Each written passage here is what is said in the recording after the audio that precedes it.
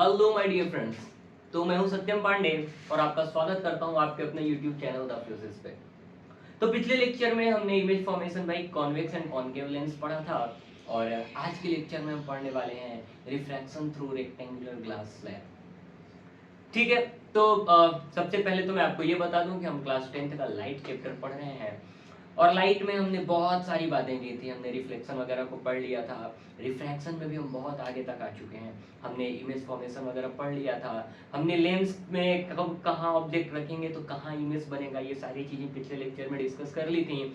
इस लेक्चर में बहुत ज्यादा कुछ बात करने को नहीं है। इस लेक्चर में मैं आपको सिर्फ ये बताऊंगा कि अगर रेक्टेंगुलर ग्लास स्लैब है तो उससे रिफ्रैक्शन कैसे होता है, क्या होता है। अगले लेक्चर की मैं बात करूं तो अगले लेक्चर में मैं आपको जैसे हम मिरर्स फॉर्मूला पढ़े थे वैसे लेंस फॉर्मूला पढ़ाऊंगा। उसके बाद हम मैग्निफिकेशन पढ़ेंगे, पावर ऑफ लेंस पढ़ेंगे और उस पर ढेर सारे न्यूमेरिकल्स करेंगे। तो आज के लेक्चर को हम शुरू करते हैं बिना कोई वक्त जाया किए और हम हेडिंग दे देते हैं रिफ्रैक्शन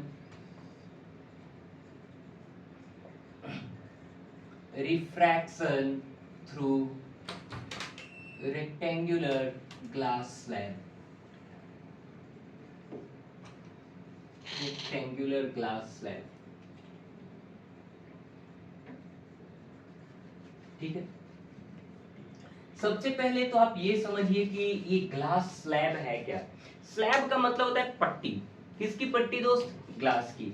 वो ग्लास की पट्टी कैसी होगी अगर मैं आपको दिखाऊं तो ये पंखा हो जाए। मान लीजिए ये डायरी ना हो के क्या है, शीशे की पट्टी है ना दोस्त। ये डायरी क्या है? शीशे की पट्टी है।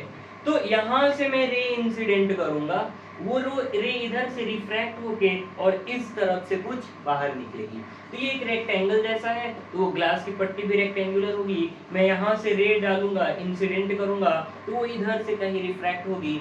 कैसे क्या होगा हम इन सारी बातों को खूब अच्छे से पहले समझ लेते हैं। चलिए, तो सबसे पहले तो उस पट्टी को बनाया जाए मेरे दोस्त। ये लीजिए, ये है हमारी वो ग्लास की पट्टी, ठीक है। ये मैं आपको क्या दिखा रहा हूँ, ये मैं आपको ये वाला पार्ट दिखा रहा हूँ। ये जो दिख रहा है ना वो ये वाला पार्ट है ना। इसका थिकनेस दिखा रहा हूँ मैं आपको, है ना। ये थिकनेस दिखा रहा हूँ आपको। अब मैं क्या करूंगा, यहां से कोई रे इंसिडेंट करूंगा इस पे। क्या कर रहा हूँ दोस्त? यहां से एक रे इंसिडेंट कर रहा हूँ। अब ये रे मैं कैसे इंसिडेंट कर रहा हूँ समझिएगा। ये वाला पार्ट आपको दिख रहा है, मैं ऊपर से ऐसे रे इंसिडेंट कर रहा हूँ। तो आपको क्या लग रहा है कि यहाँ पर कहीं रे इंसिडेंट हो रहा है। वही दिख रहा है आपको कि यहाँ पर कहीं रे इंसिडेंट हो रहा है मेरे दोस्त। चलिए आगे बढ़ते हैं। फिर इसके बाद क्या करेंगे हम, जो बेसिक रूल्स हैं रिफ्रैक्शन के लिए, ये हम क्या करेंगे, नॉर्मल ड्रॉ करेंगे। नॉर्मल क्या होता है? एक इमेजिनरी लाइन जो सरफेस के परपेंडिकुलर हो। अब नॉर्मल से ये इंसिडेंट रे जो एंगल बनाएगा इसको हम क्या बोलेंगे? Angle of incidence. क्या बोलेंगे मेरे दोस्त? Angle of incidence. चलिए आगे बढ़ते हैं। इसके बाद क्या होगा, ये मान लीजिए एयर है। क्या है? एयर है। तो एयर एक रेयरर मीडियम होगा, ठीक है। इसकी ऑप्टिकल डेंसिटी कम होगी और ये ग्लास है। ग्लास कैसा मीडियम होगा? डेंसर मीडियम होगा। इसकी ऑप्टिकल डेंसिटी ज्यादा होगी।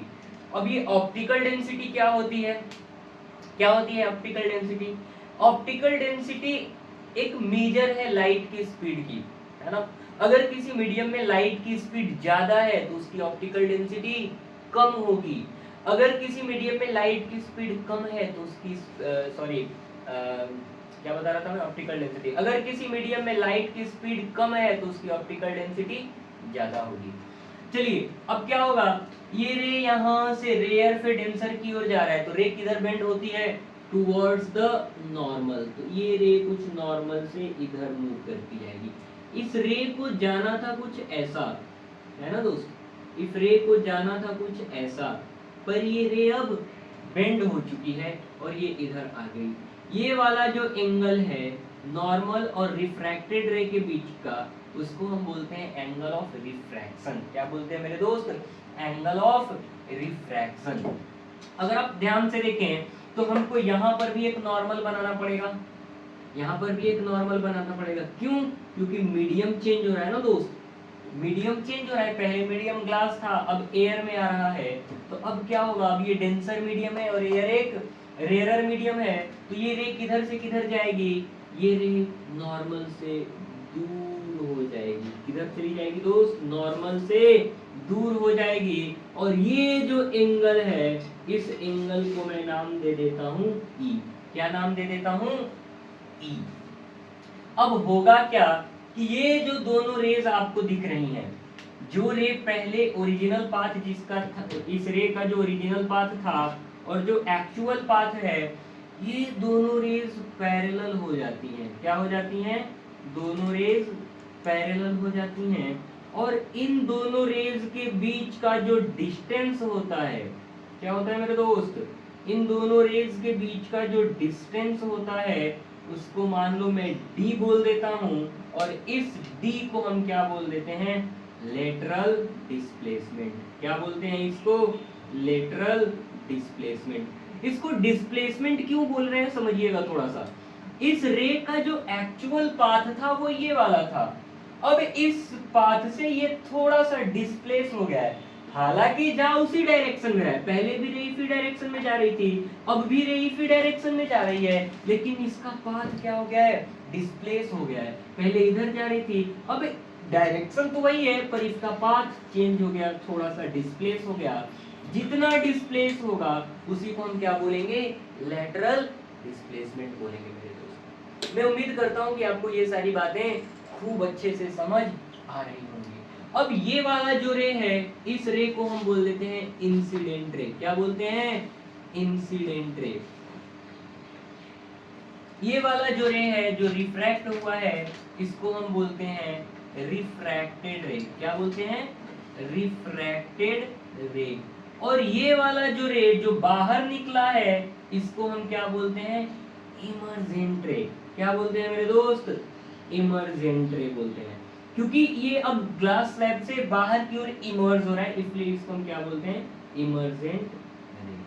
अगर मैं इसको R1 बोल दूं तो इस एंगल को आप R2 मान सकते हैं, और फिर ये वाला एंगल E हो जाएगा।